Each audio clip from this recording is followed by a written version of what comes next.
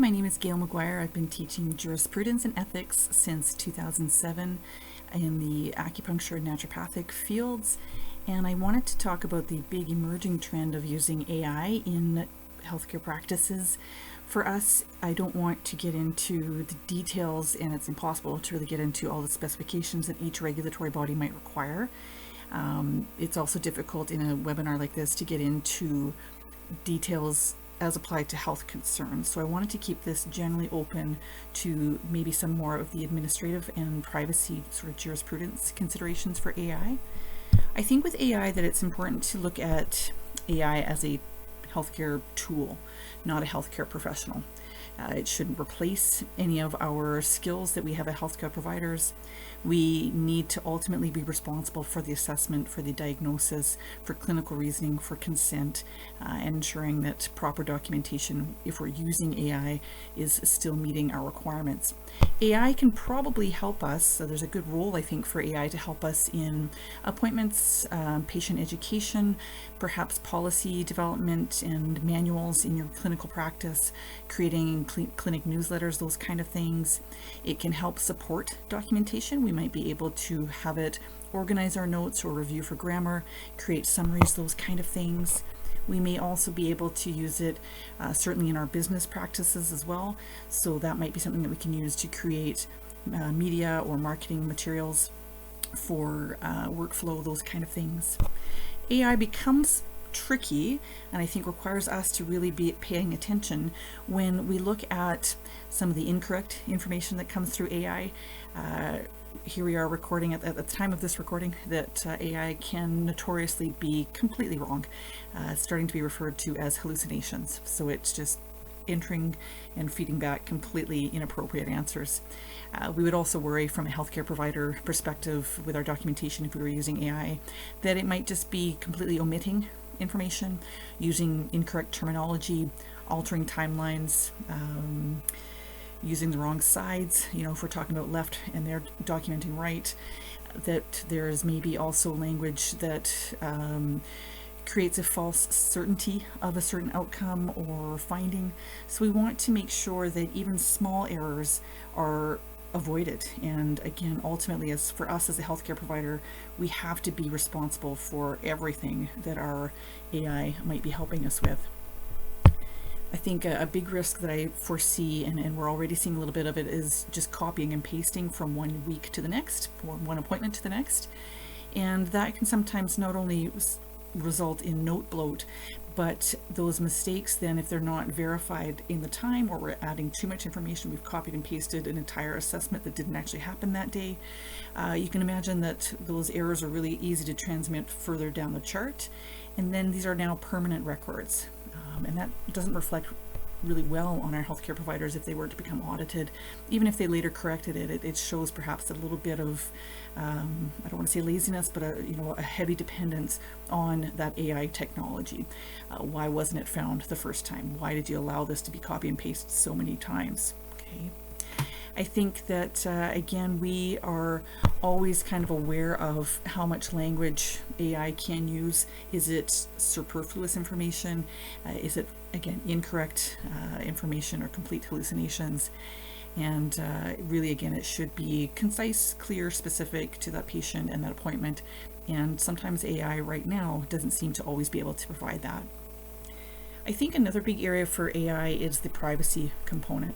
This one's particularly concerning for me as a healthcare provider that's, again, sort of studied privacy and jurisprudence for 20 years.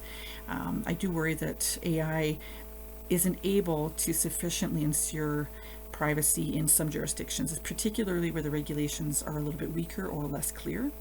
So we want to be really clear for use of AI. Where's the information going? Who owns it? Where's it being stored? Can it leave your jurisdiction and be used somewhere else? And can it be retrieved at all, even if it's after it's been deleted? We want to be really sure about all of that information. And we need to then, as healthcare providers, be really clear on our legislation and regulations. We need to push for those if they're not already in existence. And we need to make sure that we have good standards of practice in our own clinics as well, from our own organizational level, both at our clinic level, ideally in our regulatory level as well. We want to be sure about and make sure you read through their terms of service, their data storage locations, any encryption standards.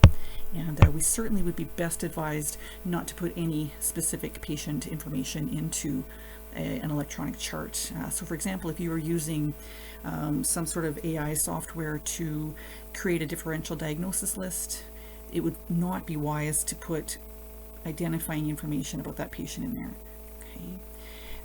Until you know exactly where that information is going. Consent, I think, outside of privacy is also another thing that we need to think a lot about as healthcare providers. Our patients have consented to treatment, but not necessarily to AI involvement. So we want to consider how that looks in our clinical practices as well. At a regulation level, we need to maybe consider if that's something that we need to talk to our members about as well. We want to understand if patients are comfortable with AI-assisted documentation, with any materials that we use. Are there any additional policies that we should be considering? How much information should patients be involved in with the decision making?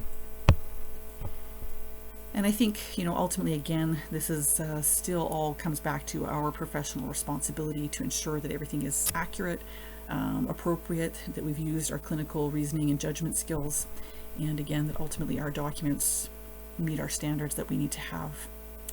We also need to appreciate that AI currently also seems to have a bit of a bias. So it is learning from information that's currently within.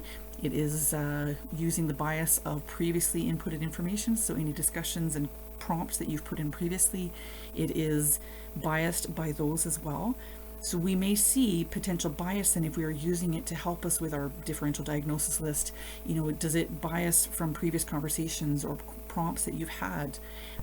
Is it biased by your gender, perhaps? Is it biased by your language that you use, your healthcare assumptions and diagnostic assumptions, some of your favorite treatments, things that you've maybe drafted for marketing and it's now understood that you really love using herbs?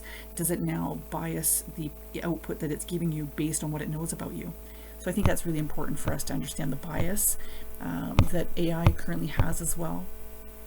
We do, I think, as a healthcare profession, really need to engage with our regulators. If you're, again, in regulation, we need to really look at how AI should be documented. Does it need to be disclosed to the patient? What policies should we have in place? What training needs to be had?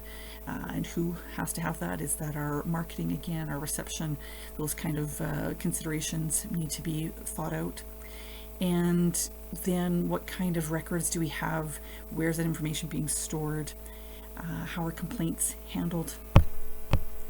I think that really AI is going to be a part of our professional lives for a long time. So we just really want to make sure that we have been thoughtful about all of those considerations, particularly with consent and privacy, because I think a lot of the other areas will get better as the AI technology advances, but we do ultimately have to be responsible for what our AI assisted practices are. So I hope those give you some things to think about. We definitely want to make sure that we understand our regulators' guidance, that we have our own thoughts and processes and policies within our own offices, that we are always aware of patient data and patient privacy, and again, just avoiding putting patient identifiable information into a public AI tool. Certainly that would be good practices there. We want to make sure that we do a quick review at the end of that SOAP note. Did AI invent anything? Did it omit anything? Is it accurate? Does this really reflect what we did in this appointment? Would a regulator or a jury or a colleague and peer on a competency committee, would they feel that this is appropriate documentation?